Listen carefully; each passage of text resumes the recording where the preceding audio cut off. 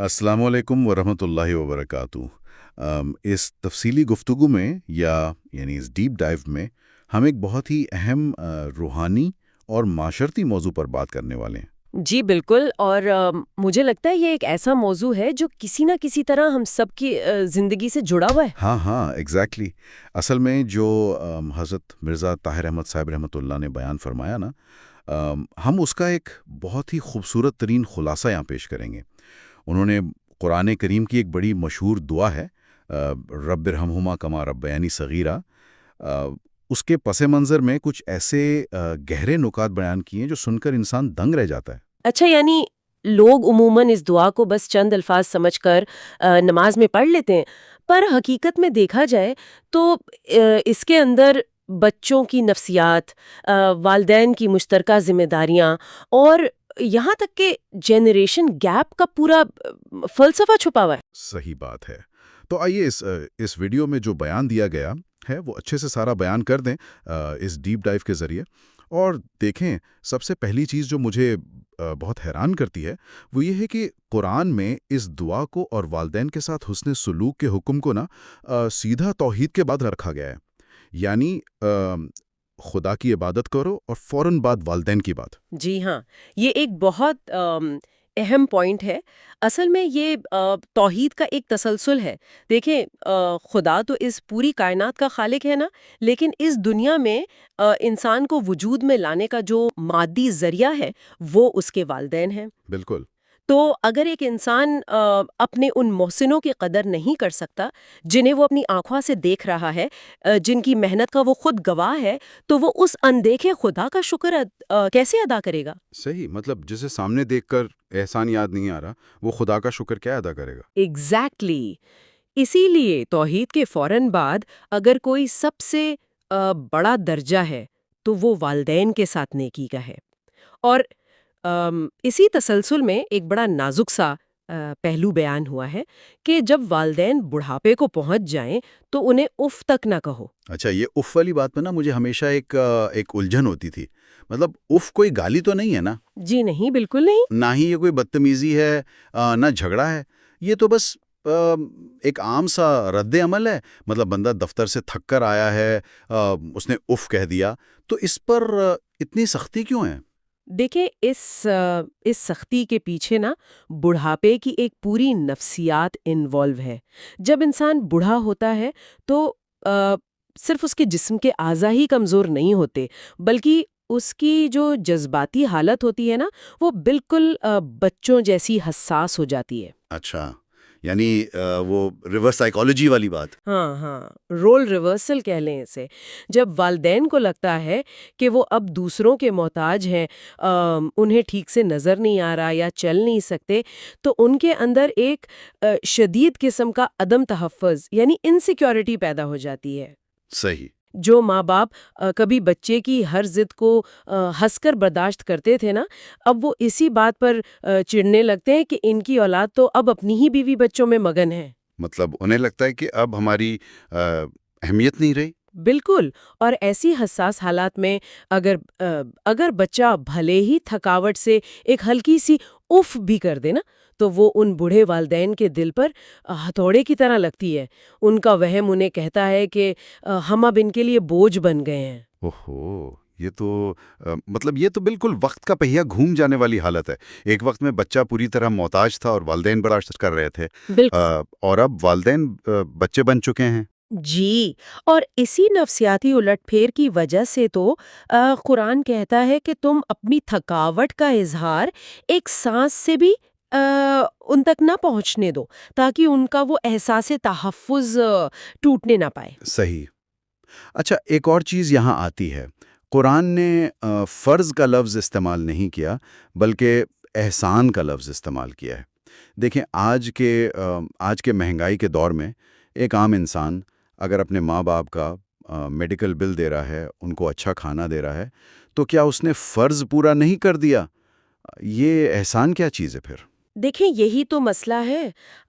ہم لوگ ان مادی ضروریات کو پورا کرنے کو احسان سمجھ لیتے ہیں، جبکہ یہ صرف ایک اخلاقی اور قانونی فرض ہے۔ اچھا۔ جی، آپ اسے اس طرح سوچیں کہ جب آپ 1 سال کے تھے اور آدھی رات کو آپ روئے، تو کیا آپ کی ماں نے یہ سوچ کر اپنی نیند خراب کی تھی کہ قانوناً یہ میرا فرض ہے؟ ام، نہیں، آبویسلی انہوں نے تو محبت میں کیا تھا۔ چیز تھی وہ ان کا آپ پر سراسر ایک احسان تھا۔ صحیح، یعنی وہ کوئی کھاتا نہیں چلا رہے تھے کہ 25 سال بعد بچہ ہمیں اتنے پیسے واپس کرے گا۔ بالکل نہیں۔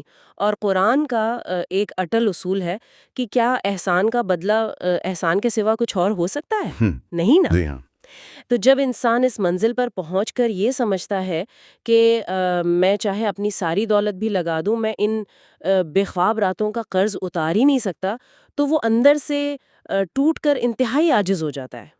اچھا، تو یہ دعا اصل میں اس عاجزی کا اظہار ہے۔ جی، انسان ہاتھ اٹھا کر خدا سے کہتا ہے کہ اے خدا، مجھ سے تو لازماً کوتاہی ہوگی، تو اپنے رحم سے میری ان کمیوں کو پورا کر دے، میرے والدین پر اپنا رحم فرما۔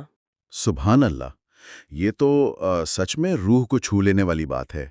لیکن یہاں میرے ذہن میں ایک بڑا الجھا ہوا سوال آ رہا ہے۔ اس دعا میں الفاظ ہیں کما ربیانی صغیرہ، یعنی ان پر رحم کر جس طرح انہوں نے بچپن میں مجھ پر رحم کیا۔ جی بالکل۔ تو اگر ہم اس لفظ کما یعنی جس طرح کو ایک کنڈیشن مان لیں تو ان والدین کا کیا بنے گا جنہوں نے واقعی بچوں پر رحم نہیں کیا، جنہوں نے بچپن ہی خوف میں گزار دیا؟ یہ آپ نے بڑی اہم اور پریکٹیکلی چبھنے والی بات کر دی۔ یہ دعا اصل میں دیکھا جائے تو ہر دور کے والدین کے لیے ایک بہت بڑی وارننگ بھی ہے۔ وارننگ وہ کیسے؟ دیکھیں، لفظ کما والدین کو ایک آئینہ دکھا رہا ہے کہ کل تم وہی کاٹو گے جو آج بو رہے ہو۔ بچپن، جسے عربی میں صغیرہ کہا گیا ہے نا، ہم، اس کی تو فطرت ہی غلطیاں کرنا ہے۔ بچہ عمر بار بار گرتا ہے، چیزیں توڑتا ہے۔ ہاں، اور ماں باپ بعض دفعہ بہت اریٹیٹ بھی ہو جاتے ہیں۔ صحیح بات ہے۔ اب اگر اس کمزوری کے وقت والدین رحم اور صبر کے بجائے شدید غصے سے یا مار پیٹ سے کام لیں، تو وہ بچے کی نفسیات کو اندر سے توڑ دیتے ہیں، ان کے اندر ایک بغاوت پیدا ہو جاتی ہے۔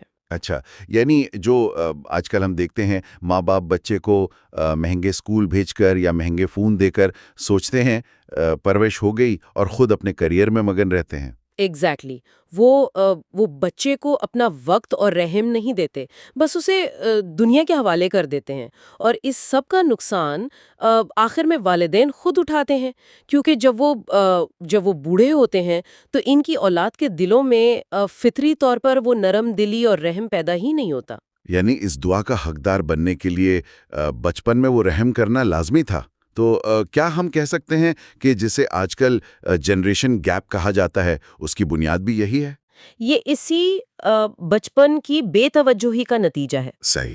جب والدین بچوں سے وہ رحم والا ذاتی تعلق نہیں بناتے تو نتیجہ کیا نکلتا ہے؟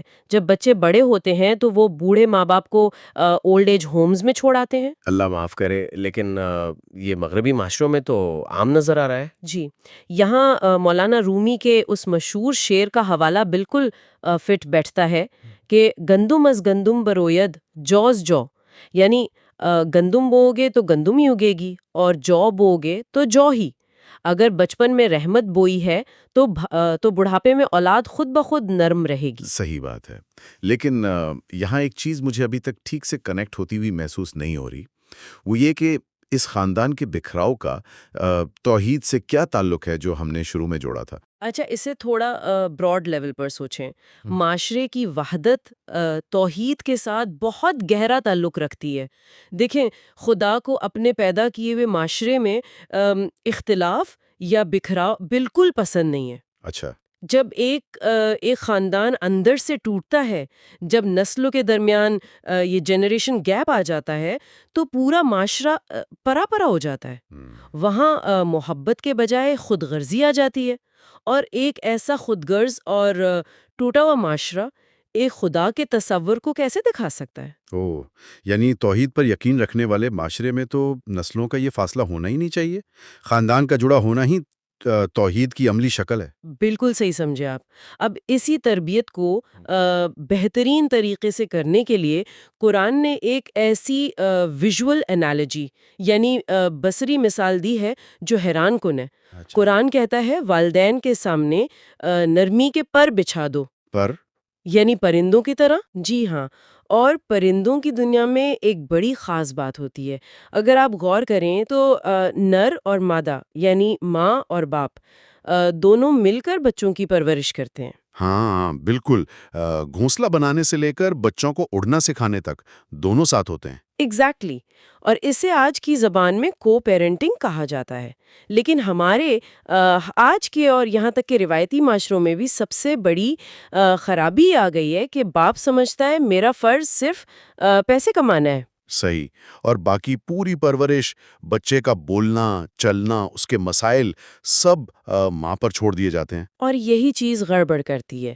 جہاں ایسا ہوتا ہے وہاں بچے نفسیاتی طور پر خراب ہوتے ہیں اور گھر ٹوٹنے کے امکانات بڑھ جاتے ہیں۔ دعا میں لفظ ربیانی ہے، یعنی دو لوگوں کے لیے ہے، ان دونوں نے مجھے پالا۔ تو تربیت میں دونوں کا برابر کا شریک ہونا لازمی ہے۔ سبحان اللہ۔ ان جب ہزاروں سال پہلے قرآن نے پرندوں کی مثال دے کر ہمیں شیئرڈ رسپانسبلٹی سکھا دی، یہ واقعی کمال کا مشاہدہ ہے۔ لیکن اب تھوڑا پریکٹیکل سائڈ پر آتے ہیں۔ جی پوچھیں۔ دیکھیے، جب آپ بچوں کو پال رہے ہوتے ہیں تو کئی بار ایسا ہوتا ہے کہ بچے شدید تنگ کرتے ہیں، تب انسان کو بڑا غصہ آتا ہے۔ تو کیا ایسے وقت میں تھوڑی بہت سختی یا سزا بنتی نہیں ہے؟ یہ بڑا عام سوال ہے جو ہر والدین کے ذہن میں آتا ہے، لیکن سچی بات یہ ہے کہ سختی اور مار پیٹ سے کبھی تربیت نہیں ہوتی۔ وہ صرف اور صرف انسان کا اپنا ایک نفسیاتی اور نفسانی جوش ہوتا ہے، اپنا غصہ نکالنا ہوتا ہے۔ اچھا، مطلب آپ کہہ رہی ہیں کہ سختی کا کوئی فائدہ ہی نہیں ہے؟ وقتی ڈر ضرور پیدا ہو سکتا ہے، لیکن روحانی اصلاح نہیں ہوتی۔ یہاں مجھے حضرت مسیح موعود علیہ السلام کے ایک صحابی کا واقعہ یاد آ رہا ہے۔ جی جی، ضرور بتائیں۔ آپ ان صحابی پر شدید ناراض ہوئے کیونکہ وہ اپنے اولاد پر سختی کرتے تھے اور انہیں مارتے تھے۔ تو آپ نے ان سے بڑی ایک پیاری بات فرمائی۔ آپ نے پوچھا کہ تم ان کے لیے دعا کیوں نہیں کرتے؟ سبحان اللہ، تم ان کے لیے دعا کیوں نہیں کرتے؟ بالکل، خدا کے جو نیک بندے ہوتے ہیں وہ غصے کے بجائے بچوں کے لیے درد دل سے دعائیں کرتے ہیں۔ جب آپ بچے کو مارنے کے بجائے خدا کے حضور روتے ہیں کہ میرے خدا مجھ سے یہ حل نہیں ہو رہا، تو اسے ٹھیک کر دے، تو آپ کے اندر سے غصہ نکل کر رحم آ جاتا ہے۔ صحیح، مطلب وہ جو نفسیاتی جوش تھا، غصہ تھا، وہ پریئر سے رحم میں بدل جاتا ہے۔ اسی لیے شاید اس پورے موضوع کو ایک دعا پر لا کر ختم کیا گیا ہے، رب ارحمہما۔ جی ہاں، خدا نے اس چھوٹی سی دعا میں دونوں نسلوں کے تعلقات، ان کو درپیش خطرات اور ان سب کا حل ایک ساتھ یکجا کر دیا ہے، کیونکہ تربیت کا آخری اور سب سے بہترین ہتھیار دعا ہی ہے۔ اور یہ دعا صرف زندہ والدین کے لیے نہیں بلکہ جو گزر گئے ان کے لیے بھی اتنی ہی مفید ہے۔ کمال ہے، میں تو سوچ رہا تھا یہ بس کچھ الفاظ ہیں جنہیں ہم ریپیٹ کر لیتے ہیں، لیکن جیسا کہ حضرت مرزا طاہر احمد صاحب نے اپنی اس گفتگو میں خوبصورتی سے سمجھایا، اس کے اندر تو پورا ایک ضابطۂ حیات چھپا ہوا ہے۔ بالکل ایسا ہی ہے۔ یعنی ایک بہترین بچپن، میاں بیوی کی مشترکہ پرورش، ایک بڑا ہی پرسکون بڑھاپا، اور اس کے نتیجے میں ایک مضبوط معاشرتی نظام، اس سب کی فاؤنڈیشن اسی دعا میں ہے۔ جی تو جانے سے پہلے دوستوں، میں یہاں ایک بات سوچنے کے لیے چھوڑنا چاہتا ہوں۔